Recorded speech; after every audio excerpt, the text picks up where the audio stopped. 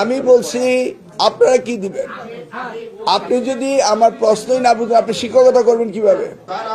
Excuse me, I am talking, you are teacher, don't interrupt any others while somebody is talking. হ্যাঁ, তো উনি বললেন কেন তো আগে আগে আগে আপনি চেয়ারম্যান জানতেন না, ওনাকে আগে মাইক্রোফোন দিলেন কেন?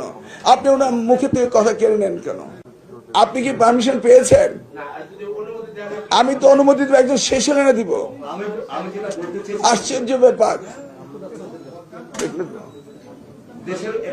That's how you don't behave with us.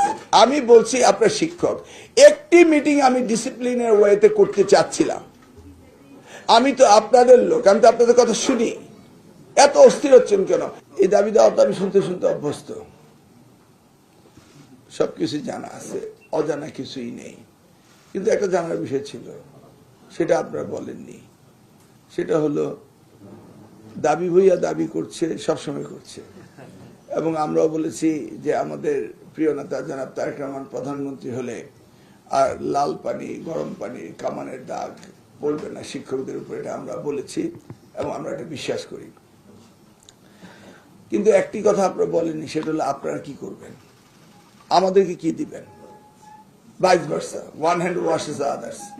আগে বলেন আমরা দাবি দেওয়া পূরণের জন্য কাজ করে যাব, আপনারা কি করবেন এটা তো একবার বলেননি।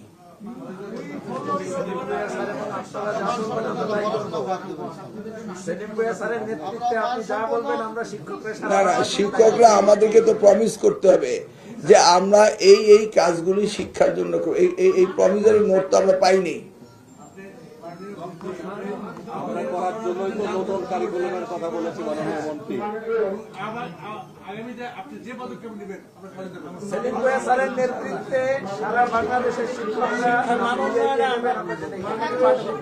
মাইক আছে, আমরা বাংলাদেশকে শিক্ষক হিসেবে সুন্দর জাতি করতে হলে আপনাকে প্রথমে বর্তমান যে শিক্ষা ব্যবস্থা এনটিএসসির মধ্যে হয় ৬০,০০০ জব শূন্য আছে। আমি ৪ বছর ধরে আন্দোলন করছি রাজপথে আওয়ামী লীগের বিরুদ্ধে। আবার আপনি চলে গেলেন পুরনো গান গাইতে। আমি বলছি আপনারা কি দিবেন? আপনি যদি আমার প্রশ্নই না বুঝেন আপনি শিক্ষকতা করবেন কিভাবে?